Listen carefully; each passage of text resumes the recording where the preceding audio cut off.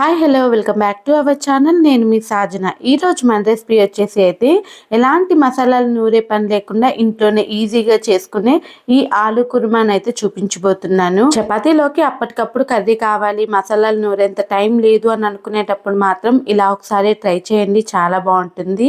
ఇంకా లేట్ ఎందుకు, రెసిపీలోకి అయితే వెళ్ళిపోదాం. ముందుగా అయితే కుక్కర్లోకి అయితే ఒక 3 ఆలుగడ్డలను అయితే ఇలా కట్ చేసుకొని కొద్దిగా నీళ్ళు వేసుకొని అలానే కొద్దిగా సాల్ట్ కూడా వేసుకొని అయితే ఉడికించుకోవాలి అన్నమాట.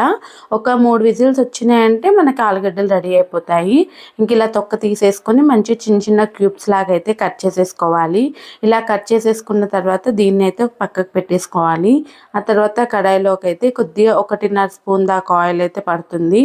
అలానే అందులోనే కొద్దిగా దాల్చిన చెక్క, అలానే స్టార్ పువ్వు, అలా ఇలాచి ఇలాంటివన్నీ వేసేసుకొని, కావాలి అని అనుకుంటే మీరు హోల్ గరం మసాలా వేసుకోవచ్చు. నేను కొన్ని స్పైసెస్ మాత్రం వేసాను. ఆ తర్వాత కొద్దిగా షాజీరా వేసుకొని పచ్చిమిర్చిని కూడా వేసుకొని మంచిగా వేయించుకోవాలి. ఇలా వేగిన దాంట్లోనే సన్న తరి పెట్టుకున్న ఉల్లిపాయలని కూడా వేసేసుకొని అందులో కొద్దిగా కరివేపాకు వేసేసుకొని మంచిగా అయితే ఫ్రై కానివ్వాలి. ఇలా మంచిగా ఫ్రై అయిన దాంట్లో అయితే కొద్దిగా పసుపు, అలానే 1 స్పూన్ దాకా అయితే కారం పడుతుంది. అంటే మీ రుచికి తగ్గట్టు వేసుకోవచ్చు.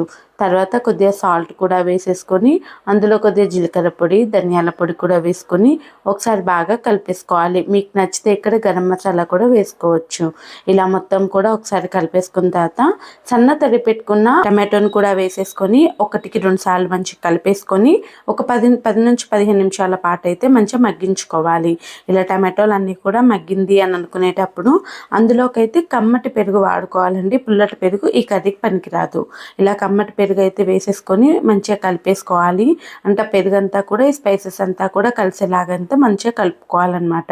ఇలా మొత్తం పెరుగంతా కలిసిపోయింది అని అనుకునేటప్పుడు అయితే ఇంకా మూత పెట్టేసుకొని అయితే ఒక 5 నుంచి 10 నిమిషాల పాటు అయితే మంచిగా కలుపుకోవాలి. అంటే ఆయిల్ అంతా పైకి వచ్చేంత వరకు మగ్గించుకోవాలి. ఇలా ఆయిల్ పైకి తేలుతుంది అని అనుకునేటప్పుడు మంచిగా ఉడికించుకున్న ఆలుగడ్డలను అయితే ఇందులో వేసేసుకొని ఒకసారి బాగా కలిపేసుకొని అందులోకి అయితే మన కన్సిస్టెన్సీకి తగ్గట్టు వాటర్ని అయితే యాడ్ చేసుకోవాలి. ఇలా యాడ్ చేసేసుకున్న తర్వాత అయితే ఒకసారి అన్ని కలిపేసుకొని మూత పెట్టేసుకొని అయితే ఒక 5 నిమిషాలు అయితే మంచిగా ఉడికించాము అని అంటే మన కర్రీ అయితే రెడీ అయిపోతుంది. ఫైనల్గా కొత్తిమీర వేసుకున్నామని అంటే మన ఆలు కుర్మా అయితే రెడీ అయిపోతుంది. ఒక్కసారి చేసుకున్నారు అంటే మాత్రం పదే పదే చేసుకోవాలనుకునే రెసిపీ అండి ఇది.